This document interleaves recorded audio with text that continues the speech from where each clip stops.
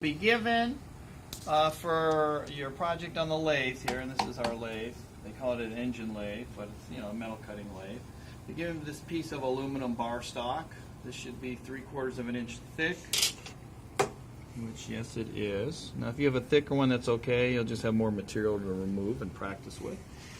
And it should be approximately 4 inches in length, which this one is approximately. If it's a little short, it doesn't matter. It can be 1/4 of an inch short.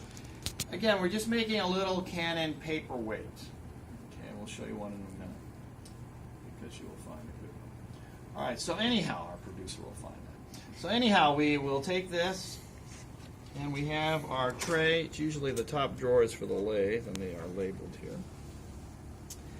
And we will use the chuck key. There's 2 chuck keys. One is for this extra little thing where, for drill bits and all that. And then there's the one that's got the square head, which is for this 3-jaw chuck. And what's good about this is when you put this in here, all the chucks move, the jaws of the chuck, I should say, the jaws, they all move the same amount. Now don't go too far, then they fall out, and it's a pain putting them back in. All right, so we want it just big enough where this will fit, and then tighten it up.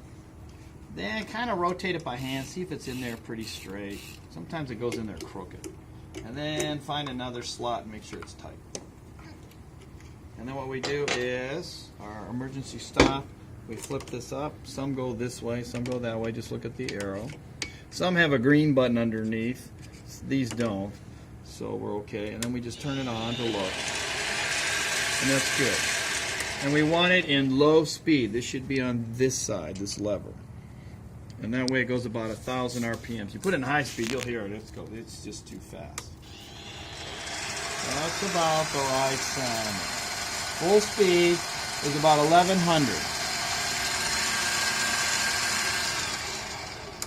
Full speed is about 1,100, and for this diameter, we use the machinist handbook to figure it out, and it should be running about 1,000 RPM. So that's perfect. So you can just put it wide open. It's not too fast. And don't have it where this cutting tool, okay, this insert is touching it when you first hit it. It'll break off the tip because they're very brittle. All right, it has to be running when you touch it off. All right, so this also should be on forward. See how you got it switch here? Make sure it's on forward, not reverse. So this should be on forward. This should be going this way. And then back here, you can adjust which direction the feed rate's going to go. You want this lever where it's all, there's 3 little holes there. You want it all the way down. You don't want it up. So on low gear, and then this all the way down. The middle's neutral, and then the top, it feeds it the other direction, which we don't need right now. All right, then to face it, you need this cutter to cut this way. This will not, this is for turning. So you take this for our tool holder, and we'll rotate this around to where this will be going this way. And then kind of hold it straight, like so. Tighten it, and don't, watch it, don't get your thumb in there where you're going to pinch it in between these 2 edges. So bring it up a little. And then tighten it, our tool post here. And this is an indexable one. See how it like rotates around, and you can do different things with it.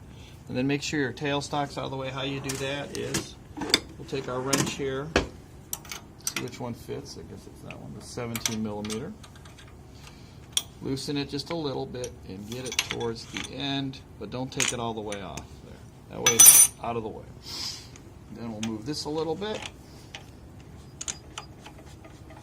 Again, don't hit the aluminum stock. Then what we're going to do is we're going to turn it, let it spin, and you can cut from the center in, or either way. We'll see which one gives us the better cut. So we'll turn it on first, bring it in, so it just touches it right there. And then just turn it slowly for one cut, and then we'll cut it again. So in the other direction. We'll bring it in a little more.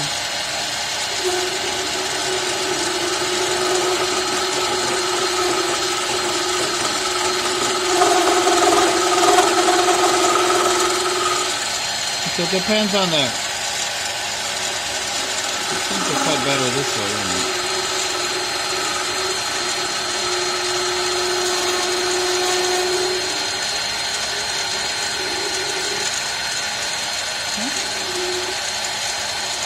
And if you can tell, it's faced all the way if there's no rough edge anywhere.